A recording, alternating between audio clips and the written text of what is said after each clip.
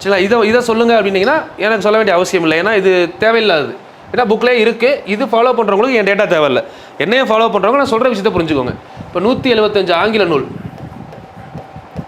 245 அறிவியல் நூல், 385 கணித நூல்களை வச்சுக்கணும்.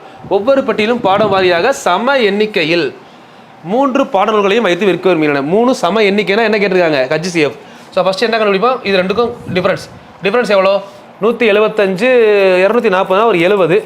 ஓகே, டிஃப்ரென்ஸு 70 வருது. ஓகே, இது ரெண்டுக்கும் டிஃப்ரென்ஸ் எவ்வளோ? டிஃப்ரென்ஸு ஒரு 140 வருது. ஓகே, ஆப்ஷனில் 70 140 இருக்கான்னு பார்க்கணும். 70 75 வகுக்காதே. அப்போ 70ல் பாதி எவ்வளோ? 70 இல்லைன்னா அதில் பாதி 35. இப்போ 35 இதையும் வகுக்கும் இதையும் வகுக்கும்ல. அப்போ ஆன்சர் 35. அவ்வளோதான். இதுக்கு நான் இதெல்லாம் பார்க்கணுமான அவசியமே கிடையாது.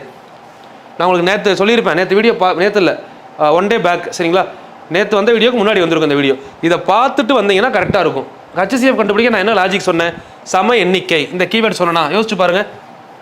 நான் ஸ்டார்டிங்கே சொல்லியிருப்பேன், ஈக்குவல் ஷேரிங் அப்படின்னு வந்தாலே நம்ம என்ன கண்டுபிடிக்க போகிறோம்? HCF கண்டுபிடிக்க போகிறோம். 1. 2வது டிஃப்ரென்ஸ் பாருங்கள். அதான சொன்னேன், டிஃப்ரென்ஸ் பாருங்கள், கண்டுபிடிச்சா ஆன்சர். டிஃப்ரென்ஸ் வந்து ஒரு வேளை 70 இருக்குது. இந்த 70 3ஐயுமே வகுக்குமா? 70ல் 0 இருக்கலாமா? இங்கே 5 இருக்குது. அப்புறம் எப்படி வகுக்கும்? அப்போ 70ல் பாதி 35 எல்லாத்தையும் வகுத்தா அவ்வளோதான் ஆன்சர். எடுத்துகிட்டு போய்க்கிற வேண்டியதான்.